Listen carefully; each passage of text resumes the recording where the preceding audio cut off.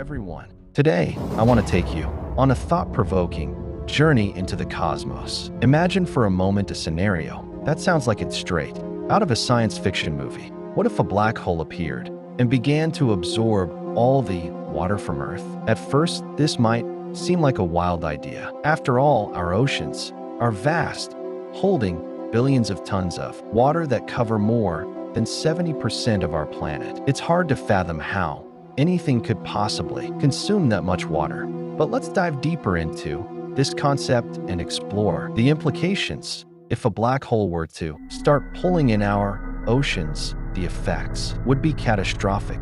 The immediate loss of water would disrupt ecosystems, leading to the extinction of countless species. Imagine the vibrant coral reefs, the bustling marine life, and the delicate balance of our environment all disappearing. It's a stark reminder of how interconnected life on Earth truly is.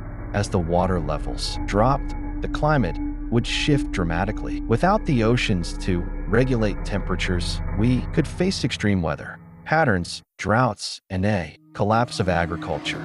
Our food sources would dwindle and communities would struggle to survive.